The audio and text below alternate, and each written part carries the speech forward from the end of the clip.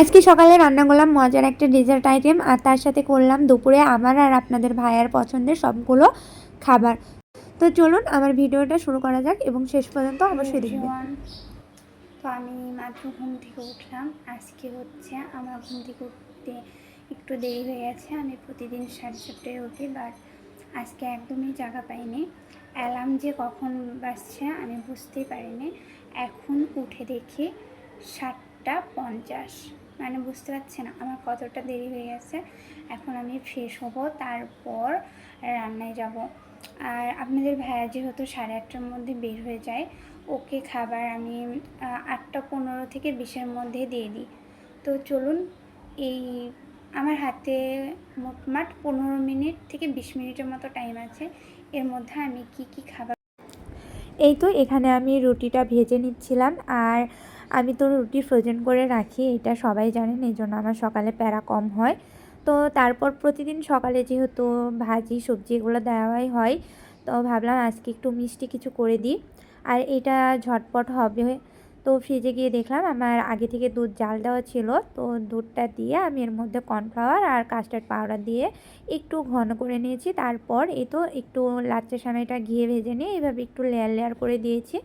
খেতে ভালোই হয়েছিল। এটা দেখতে কাইন্ড অফ নবাবী সেমাইয়ের মতো, বাট নবাবী সেমাই না এটা, কারণ নবাবী সেমাইতে আরও অনেক কিছু ব্যবহার হয়।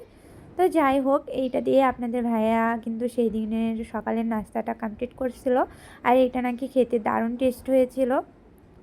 তো যাই হোক, আমি ওইদিকে কিন্তু ভেজিটেবল সেদ্ধ বসিয়ে দিয়েছি, আর এখানে আমি যেহেতু ফ্রাইড রাইস রান্না করব, ফ্রাইড রাইসের জন্য আমি সব রকম সবজি কেটে নিচ্ছি যা যা ব্যবহার করব। আমি আজকে এগ ফ্রাইড রাইস করব। আমি ফ্রাইড রাইসে আজকে চিকেন ব্যবহার করব না, চিকেনটা আলাদাভাবে রান্না করে নেব। অনেক দিন থেকে বাসায় চাইনিজ খাবার দাবার খুবই কম হয়, তো ভাবলাম আজকে একটু করেই ফেলি। আর এই তো এখানে হচ্ছে চিকেনটা আমি ম্যারিনেট করে নিচ্ছিলাম চিকেন ফ্রাইয়ের জন্য। এখানে সব রকমের মশলা দিয়ে আমি চিকেনটা ম্যারিনেট করে নিচ্ছিলাম।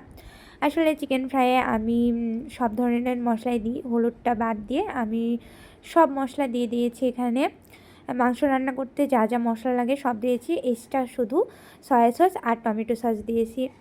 তো এটা যেহেতু আমি ফ্রিজে 1 ঘন্টা ম্যারিনেট করে রাখবো, এই জন্য ফ্রিজে দিয়ে আসলাম। তারপর আমি তো কিচেন রুমটা একটু মুছে নিলাম। আসলে আমার কিচেন রুমটা এলোমেলো হয়ে থাকলে একদমই ভালো লাগে না। তো যাই হোক, তারপর রান্নাবান্নায় চলে আসলাম।